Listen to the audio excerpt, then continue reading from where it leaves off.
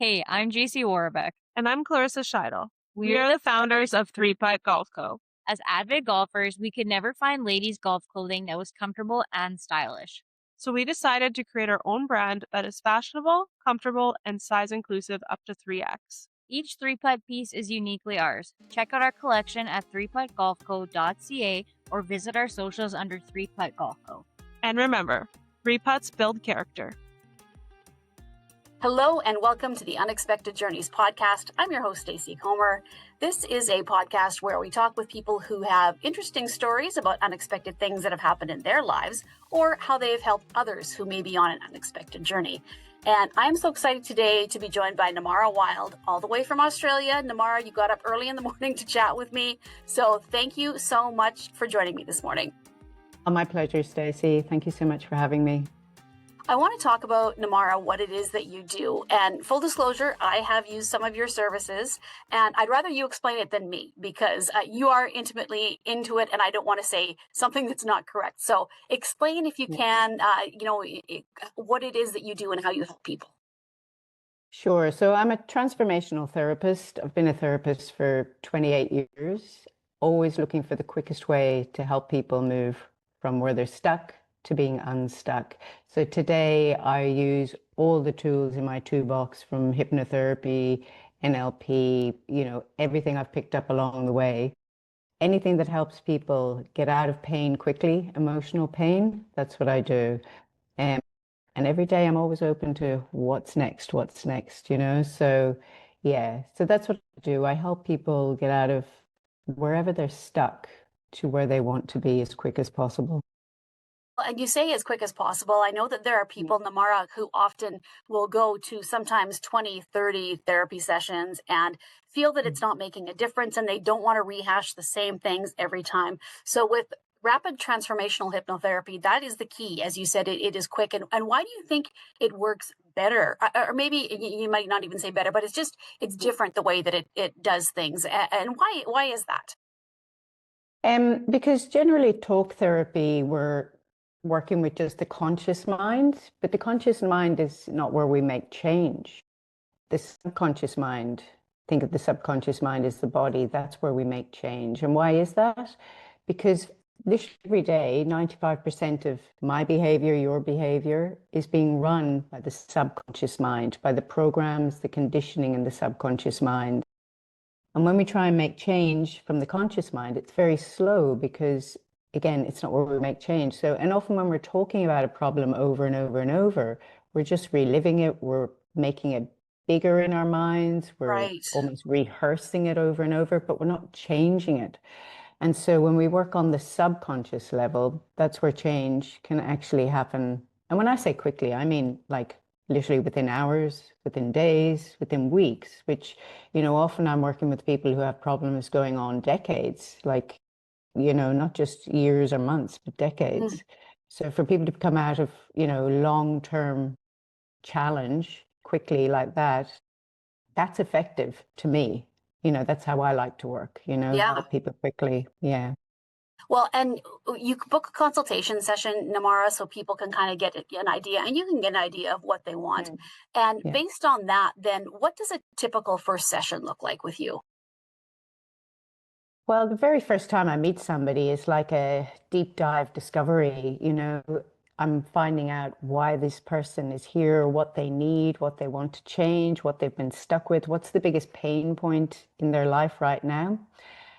So that'd be our very first point of contact, which is also a point where I'm getting to know somebody and they're getting to know me, because to do the kind of work I do, it takes a lot of trust. So the first time I meet somebody is like a trust building exercise and a discovery call at the same time.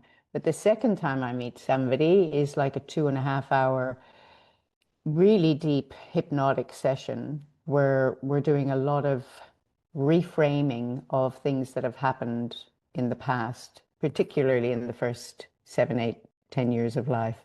Mm-hmm. Yeah. And you talk about it, Nemara, you've referred to it as like a massage for the mind. And I know people will often hear hypnosis and they think that, oh, I'm going to lose control and she's going to make me do some weird things. And tell me, if somebody's really nervous about that, why they shouldn't be nervous. Well, first up, I think everybody comes with some level of nervousness, and that's okay because we're doing something, most people are doing something they've never done before. They don't know anything about it. They don't know what they're about to experience. They don't know what to expect. So nerves are actually highly common and really normal because, again, it's new, it's different. So around control, most people have only ever seen stage hypnosis if they've seen anything. Right. And in stage hypnosis, which is, generally for laughs, for entertainment, people can be chickens or pole dancers or whatever else. So that's their kind of reference point for it, but that is nothing, how it has no connection with what I do. But that's again why that first port of call where I talk to somebody for often 45 to 60 minutes is, making somebody feel at ease, and I take them through exactly the whole process, how it works, what they're going to pretty much experience. And then at that point, people generally do feel at ease. I have a way of being with people that people do trust me quite quickly. But I also have confidence in what I do and sheer belief and certainty. So that certainty, people can ride on that certainty. But good question you asked there about control, because here's the thing. Most people are going around with a mind that is totally out of control. Day to day, they're thinking of things that are hurting them, not helping them, putting themselves down, telling themselves all the fearful things, about life, about their future, etc. So this is a mind out of control. But when I work with people, I'm teaching them how to take control of their mind. That's part of the process too, and how their mind, the simplicity of how the mind works. And when we know certain ways that the mind works, we can work with it so much more effectively. So for me, it's not about being out of control. It's actually, this is the moment where you're going to actually take back control. You're going to get control, maybe even for the first time. Mm-hmm.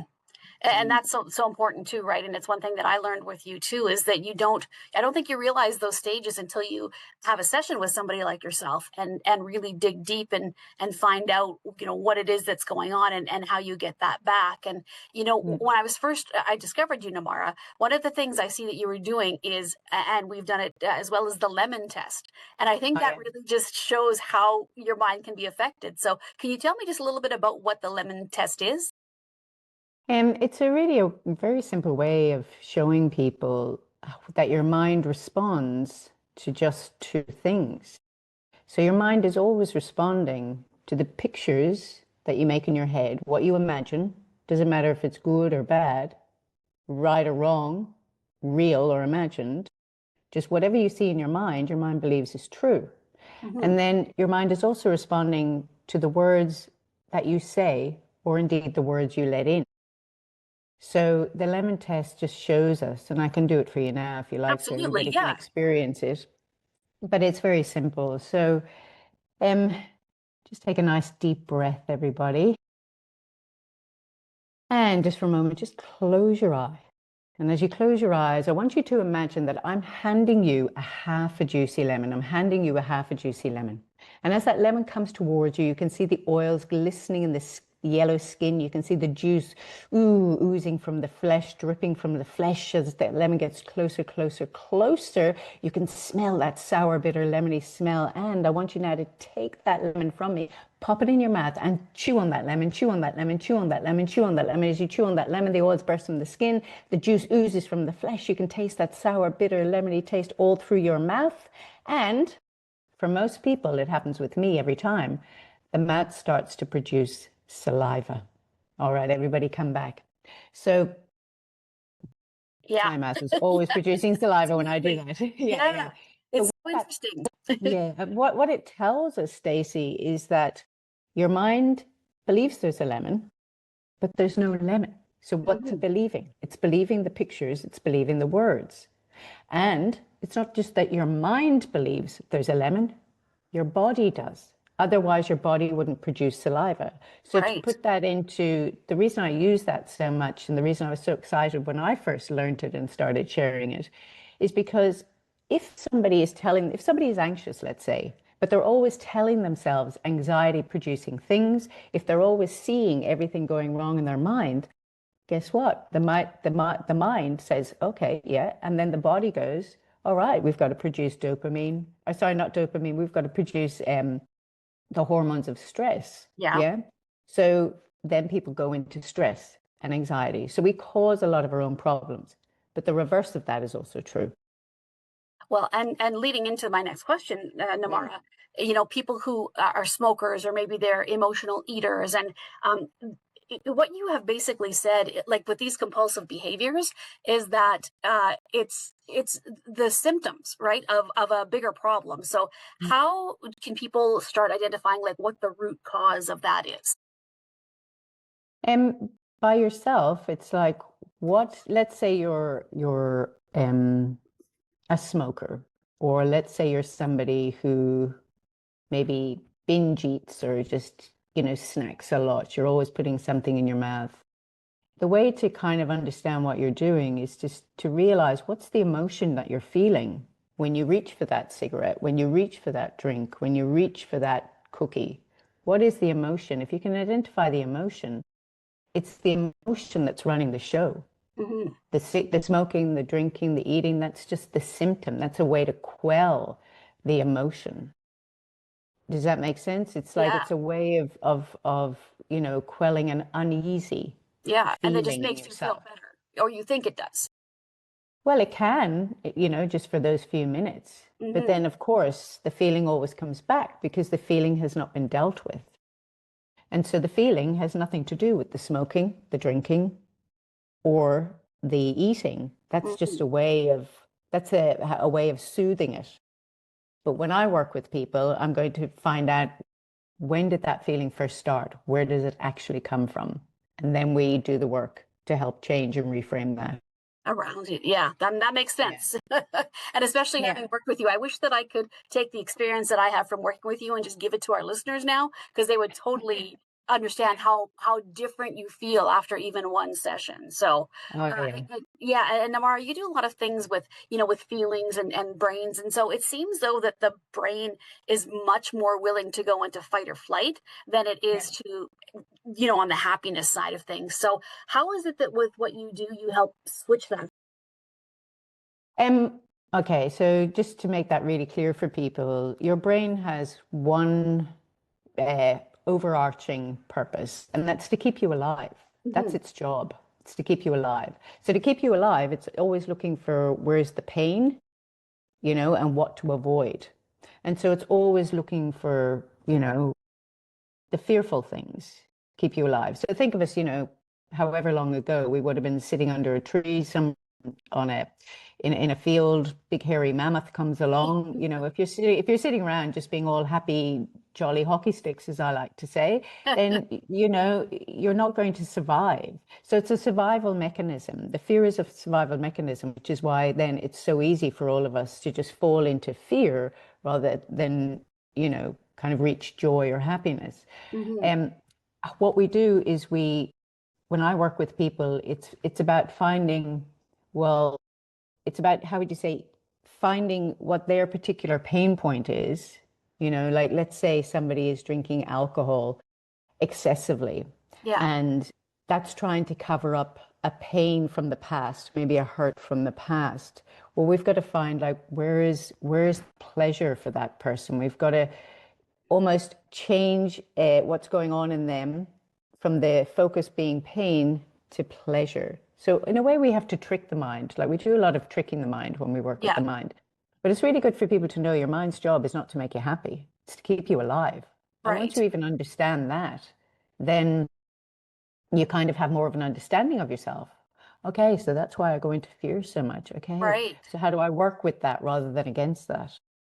At 3 Putt Golf Co., we design everything from the bottom up, so each piece is uniquely ours. We create golf apparel that looks good and moves with you. We are a Canadian company based in Saskatchewan. Check out the full collection at 3puttgolfco.ca or visit our social media under 3Putt Golf Co. And remember, 3 putts build character.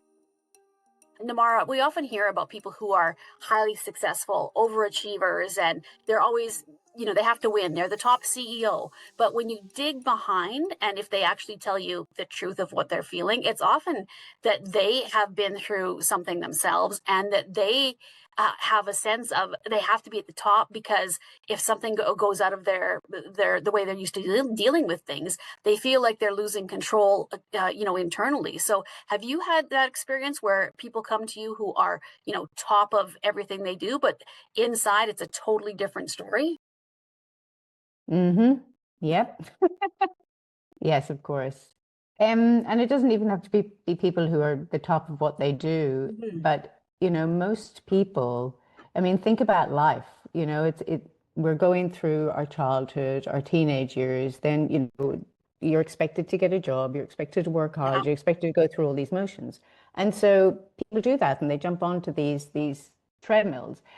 Um, and especially people who've done very well, because they're very focused on everything outside of them. So they're making the outside world, fantastic. They're succeeding in the outside world.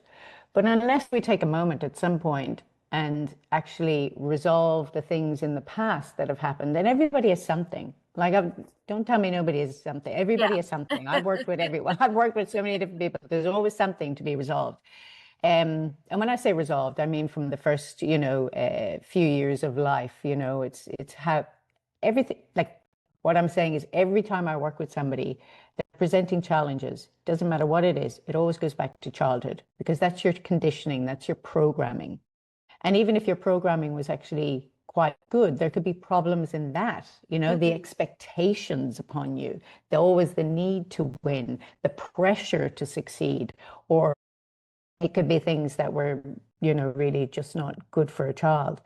Um, so what I've discovered, if people get to 40, 50, 60, and they're really successful on the outside, something is going to happen in their lives, whatever it is, that is going to bring up what hasn't been already resolved, if that Right. makes sense. And it could Yeah. be a breakup in a relationship, it could be the end of a marriage, it could be unwellness, it could be being looked over in a work situation where they thought they were on a certain track, and all of a sudden everything falls apart.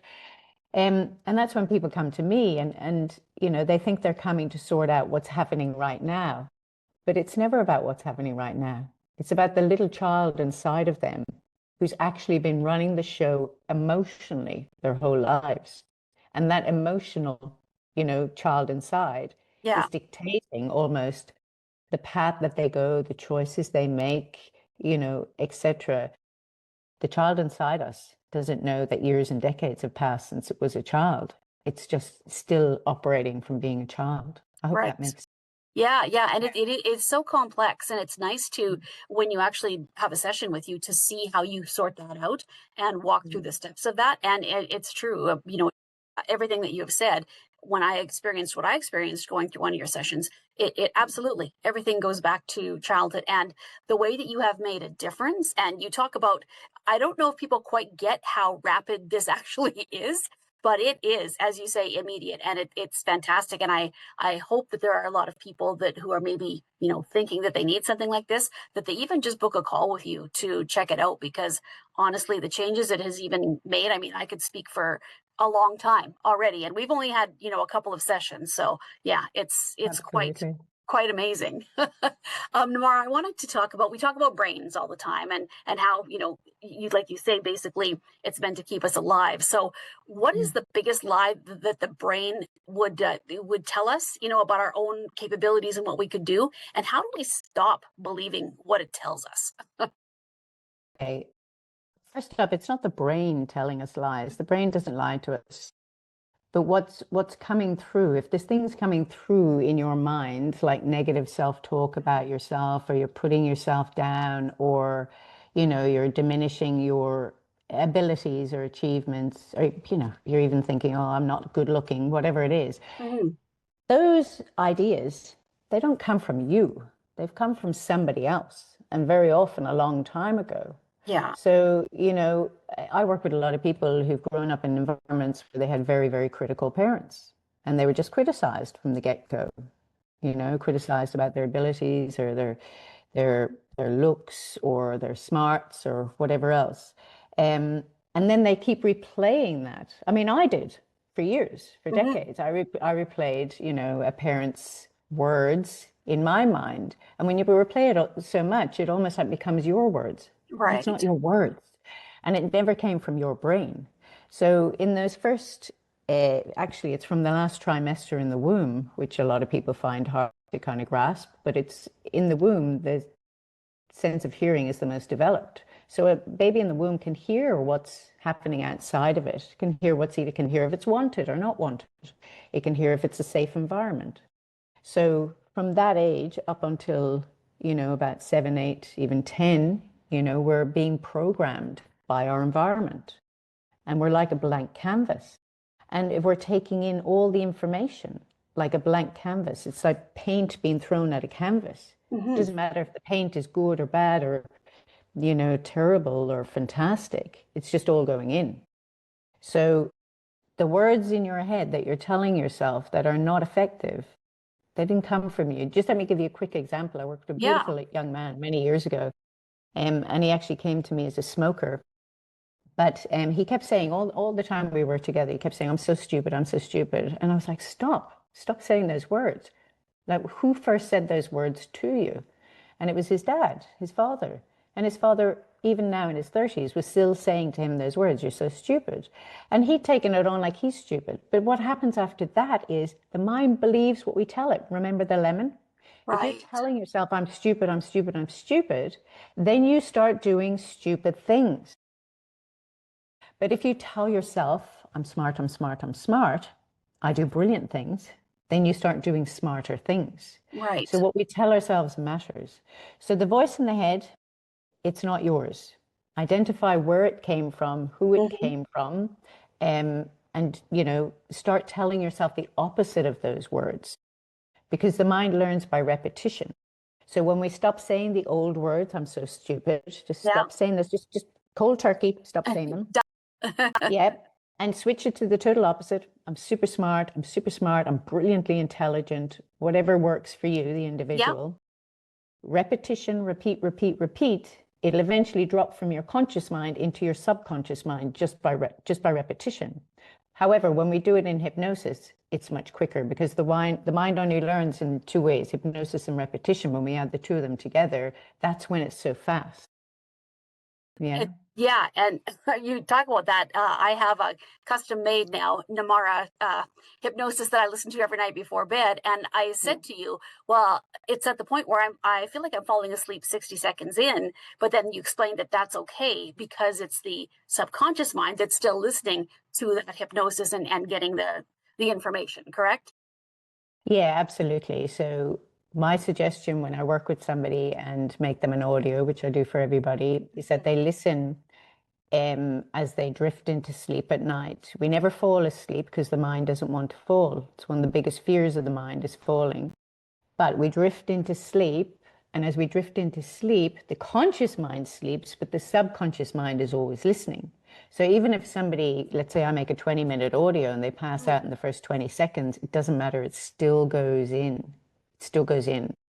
Yeah. And my proof of that, if I needed proof, but I know the proof because I'm seeing it with every client, how they're changing. I don't even know what's on the audio. And I'm like, well, it would be a good idea if you listened at least once so you know what's going in. But that aside, I'm only putting good things in there. But they're seeing change in themselves day by day by day. But I was on a webinar once with a peer who was in Eastern Europe, and she was working with people who were in comas. And with people in comas, the conscious mind is gone. The subconscious mind is still listening. And she was literally with having people listen to repeated audios, let's say 3, 4 times a day, they would start to come out of comas. And then they would start to get better and better and better. In fact, she told one story of somebody who went from, if you like, death's door to being in college as a 20-year-old and having the full use of her mind and her body like perfectly again. So that's the power of the sub. And actually, when you fall asleep or drift asleep, when we go to sleep, the reason it's so good that if you fall asleep quickly or drift asleep quickly is because there's no resistance from the conscious mind. Because the conscious mind is going, oh no, nobody will ever love me. Oh no, I can't give up the drugs. Oh no, I don't, that's not me. I Yeah. don't have any confidence. Whereas the subconscious mind is like a sponge, it just lets it in. It hears the words, those words become a new program, and then you start to behave differently. Noara, I want to talk about one of the quotes that's on your website. I feel like you're somebody, and you talk about how people respond to you, but I feel like you're somebody I could talk to for probably 2 or 3 hours and still not, get all the information that I need, just because it's such a unique experience. And one of the things, you have a quote on your website. It says 90 to 95% of your daily life is being run by the programs in your subconscious mind, programs that were downloaded in the first 7 years of life. If you want to change your life, you have to change the programs, and there are only 2 ways to change those: hypnosis and repetition. And that's basically what we just talked about. But a lot of people feel, Nemara, like they are so damaged because of what happened in their early lives. So how, I guess, or what do you say to them to make them realize that they, even if it's been, as you said, programmed 30, 40, 50 years ago, that there's still hope for change? When I talk with somebody who has that idea, I understand it because I once felt the same. I don't feel like that now Yeah. because I've made the change through doing this work myself. But no one is damaged, but they might have been in a very damaged environment. Nobody is, how would you say, not able to change.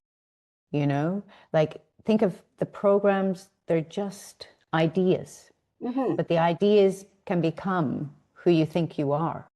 And so ultimately we can, through hypnosis, change those originating ideas, reframe them. Yeah. And actually, often even give them back to whoever gave them to them. Right. So once, like, the work that I do is very deep, and it's in the work that people realize that they're not damaged. The environment might have been damaged. There might have been a very damaged person who hurt them. No one comes onto planet Earth damaged. Right. It's the environment. Yeah. But then when we do, I mean, everybody's skeptical. Like, here's the thing. Everybody who comes to me is skeptical, and it's healthy to be skeptical. And why wouldn't you be skeptical? Yeah. It's good. But it's my certainty and my conviction and my belief that this work works that literally gets a lot of people over the line, because they can't believe it for themselves. I've worked with so many people who have a presenting problem that's gone on half a century, even in the last couple of weeks. Yeah. I've seen a couple of people in their 60s who have lived in quite severe depression for half a century. Yeah. Both of those people came out of a 2.5-hour session smiling like they've never smiled in their life before, since they were probably a baby. And they could not believe how they felt. Yeah. Like, literally, they were in shock. Is it that quick for everybody? No. And it's also a process after that as well, because it's a process of change. But the minute somebody gets a taste of that lightness and they see some hope and they feel some hope, but also it's stories. I can tell and share so many stories because I've worked with that many people. So, somebody comes to me and they think they're the only one. I'm like, well, sadly, you're not the only one. Yeah. Because I can ream off all these stories. But all these people are living their lives amazingly now because they did this work. Yeah. Yeah. And they're free of that problem that you've been stuck with for 10, 20, 30 years, or indeed 6 months. It doesn't have to be so long. But there's so much, I have so much proof in my back catalogue of working with people, my own personal proof, and then the proof of working with thousands of people. And so that's where I kind of come to with so much certainty. It's like, you're not damaged. None of us are damaged, but we may have come from very damaged environment. And once somebody hears that, they kind of go, oh yeah, right, I'm not. Like, I came as a beautiful little baby. I was perfect. I was gorgeous. I just wanted love. I just wanted safety. I just wanted protection, just needed significance. Okay, those needs weren't met. That's the problem, not you. And actually, can I just share with you, a lot of people, Absolutely. and I used to think this myself, I used to think, what's wrong with me? When you might be doing the same thing over and over and you just couldn't seem to have a breakthrough. What's wrong with me? It's the wrong question. The question is, what happened to me? Or indeed, in my case, what happened to you? What happened? Right. Yeah, it's not what's wrong with you. It's what happened to you. And it's Better flipping that question. thinking as you always talk about, right? So Yeah, yeah. So you're not making yourself wrong. It's like, okay. And it's not that we're going out of our way to make, families or parents or anything like that wrong. It's not about mhm, blame. It's not about whatever. It's just about a child's fundamental needs that in the society that we've created today are often just not properly met. They're just not properly met yeah, the way a child needs them. It's not about wanting them or desiring them. It's need, love, safety, protection, significance. And if those are not met, this is when we start to have problems and we start to feel unlovable or not enough or we're not worthy or no one loves us or nothing good will ever happen or, all of mhm, those things. But it's not a child who's wrong. It's an environment who's not doing a good job or, a job at all, yeah. whichever. Yeah. Yeah, well, Namara, it's like I said, it's hard to explain if somebody hasn't been through this how amazing the transformation is. So, if people want to find out for themselves, even just to do the consultation call or to find you on social media, because I love like the TikToks you do. You're starting with the snap and so many good techniques, even just in the TikToks that you have. So, where should Yeah. somebody go to get all the information in one place?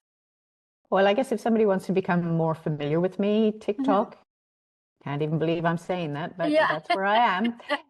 TikTok is a good place to kind of get familiar with me and in a way to feel safe with me and get a sense of what I do. So I do a lot of, kind of relatively long hypno offerings on there, but they're Mhm. they're what I call just how would you say? I mean, we're not doing any deep work on Right, there, but right. we're doing some repetition for the mind and helping the mind change in small ways. So TikTok, very good place. On TikTok, you can go to Stan Store or the link in my bio there. You can find me and you can book a call there. You can also go to my website, wildetransformation.com, which is WILDE, and you can book a call with me there.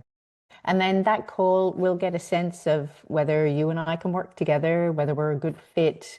You have to like me to work Mhm. with me. I think that's really important. You should Yeah. always like the person that you're working with. You should feel Yes. safe with them. So that's our opportunity to, make a really good connection, or indeed to figure out that, okay, maybe I'm not the person for you. Right. And that's okay. And then from there, we'll make a decision. I'll make an offer to work with somebody. If it feels right for them, we'll go ahead. We'll do some phenomenal work, which will change their Yep. life. Because I only work with people to help them have results. I'm not interested in anything else. So there's no trying with me. There's only doing, and we do to get results. And that's my commitment to everybody I work with, because I know results are possible. So we're not going to go for anything less. Yeah. So yes, sorry. My website and TikTok are probably the best places right now. Maybe we'll come back when I'm a little more comfortable talking more about my personal journey, because the things Okay. that you have done for me have just been amazing. And yeah, I feel like more people could really, really benefit from seeing someone like yourself just because of the results and not wasting, I don't want to say wasting, but spending so much money on something that is, maybe requires 30, 40 sessions or more. And this is just, it's such an incredible thing. So thank you, first of all, for agreeing to speak with me today, because I know you have a busy schedule, and just for helping me in general. And like I said, maybe we'll get into that on another day, but it's been absolutely fantastic. Thank you so much. And I very, very much appreciate it. And I know I'll be talking with you soon. Okay, fantastic. Thank you so much for having me, Stacey. And I hope that at least one person got some benefit out of what we shared. So, yeah, thank you so much. And see you soon. Unexpected Journeys is produced and hosted by me, Stacey Comer. Executive producer is Sean Lannon. Podcast and host representation is Lemmon Entertainment. Thank you to our episode sponsor, 3Putt Golf Co. You can find us on all social media and podcast sites under the name Unexpected Journeys. Please like and subscribe wherever you're listening to us. We appreciate any and all feedback, and if you are interested in being a guest on the Unexpected Journeys podcast, you can email us at unexpectedjourneyspod@gmail.com. For sponsorship inquiries, send a message to jessica@lemmonent.com. That's lemon with 2 M's. Thank you so much for listening.